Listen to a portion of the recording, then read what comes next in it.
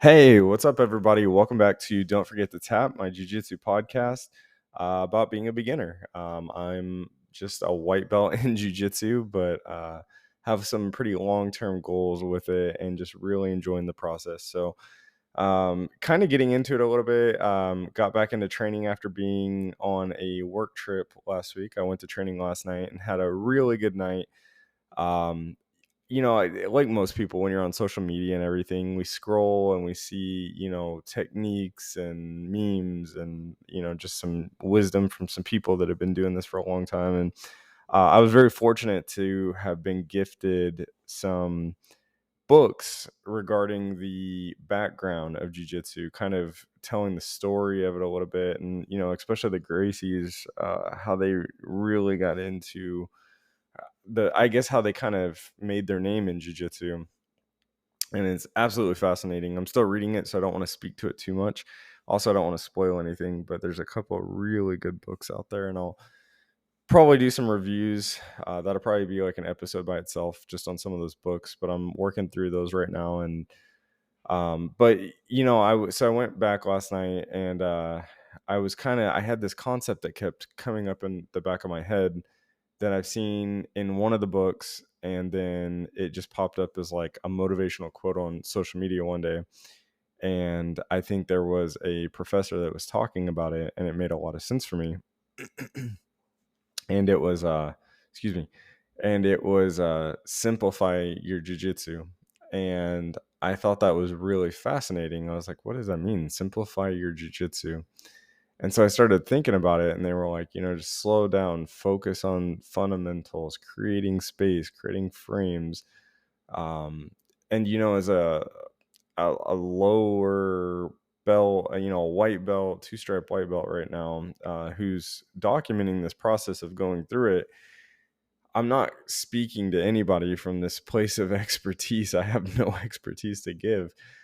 So I'm kind of putting these things in reference as they make sense to me at this level. And anybody who's been doing jujitsu, these are things that maybe you can kind of come back to, and it maybe clicks, or it's a little bit of nostalgia for you. And maybe for the people that aren't familiar with jujitsu, just think of anything that you like to do. Those fundamentals are key and critical. And I've at least been in a professional environment long enough excuse me, I've been in a professional environment long enough where I know that the more that you rely on your fundamentals, the more you lean into your training, and you develop an instinct that is based on your fundamentals, the more successful you're going to be. So those same concepts seem to apply to jiu-jitsu.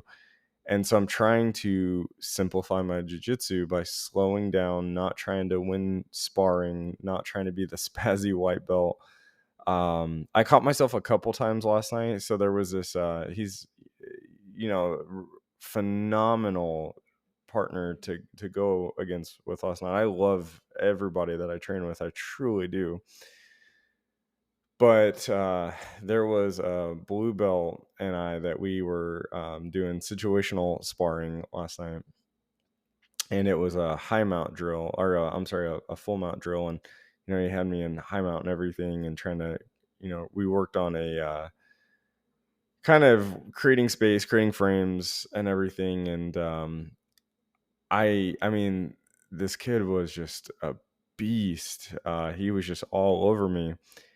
And I told myself I wanted to slow down last night, and I wanted to try to focus on the frames and the space and all that stuff and everything. And so what I noticed, I had a kind of an aha moment last night,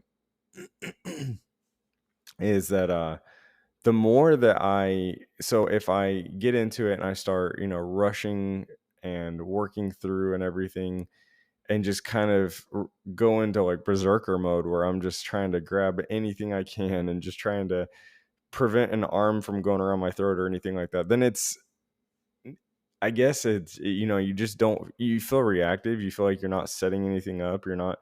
It's no different than just wrestling with your friends, right? So I tried to slow down, and really focus on the technique. And it really seemed to make a big difference. And I was like, wow, I was able to get him in a half guard and trap him. And we kind of hit a stalemate again. And then, I caught myself doing it again. And I think it's just one of those things that I caught myself going berserker mode again, where I was just like trying to fight vigorously to get out of anything and everything. And this kid was just relentless. I mean, he had like endless cardio. I got to step up the cardio game apparently. But I think it was really I think it was really important, and that aha moment where you slow down, you rely on your fundamentals, rely on the technique, trust the technique too. And I think that's what seems to be making me better at jujitsu, is relying on that. And that's just, some of the feedback from coaches, professors, people that have been doing it for a while, is it's okay to lose rounds and stuff like that, but lose them working on the technique. And that is what will make you start winning rounds, is when, that technique becomes like second nature. It becomes your default, right? So definitely something to work on, but I enjoyed it. I had a great time last night. Going back tonight, and Tuesdays seem to be really good nights. Wednesday, I typically was going, let's see, Monday and Wednesday, sometimes Tuesday mornings, sometimes Thursday mornings, but I'm trying to do all Monday through Friday evenings, and just taking good care of my body in the process. I'm eating really clean. So I did I'm trying to incorporate some good habits into my jiu-jitsu game as well, just to feed my body what it needs and everything. So I'm doing a chicken, rice, and broccoli meal prep diet that I've done throughout the week. So I've got it bagged up into 5 individual bags for the week, ready to go. Did my meal prep. I made a monster omelet. It was like 5 eggs last night.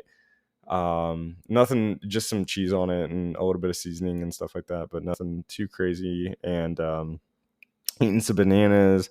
I've got my green powder mix for my greens and stuff like that, because I probably don't eat enough vegetables. Got my gallon of water. So I'm really kind of proud of myself, actually, for really stepping it up in the nutrition game, taking good care of my body. The one thing that I do want to step up a little bit is kind of my gym routine. So I don't want to stop my gym routine in conjunction with jiu-jitsu, and so I've got to get better about that. But it's just one step at a time. It's not all in all the time. So anyway, so that's just kind of an update on being a complete rookie to jiu-jitsu. And I hope that no matter how long I do this, I hope 10 years from now I still consider myself a rookie at it, because I don't think that, like most things in life, I don't think you ever really become efficient enough that you should ever stop being a student. And so I hope that I can keep that mentality throughout this process. But I'm really having a lot of fun doing it. I love getting the opportunity to train with phenomenal people and under phenomenal people, and I'm very grateful for that opportunity. If you've never tried jujitsu, I go out and do a trial class. It's extremely welcoming. It is insane fitness. It will I mean, just after one class, it hits like all 4 pillars of your health: your physical, your mental, your spiritual. I mean, the whole works, right? And so it just hits everything. My mind feels like it's just been completely reset coming out of there. My body sometimes hurts, but it feels so good to get that kind of workout in and everything. So if you've ever thought about it, if you're scared, whatever, I've got an episode about my first time walking in. Go check it out. But go check out, something that is good for you. And if jiu-jitsu is not your thing, that's all right too. But I think, like most people, if you give it a shot, you'll be surprised with the outcome and the results. So anyway, keep training hard, be a good partner, and don't forget to tap. So thank you guys so much for listening. We'll see you next time.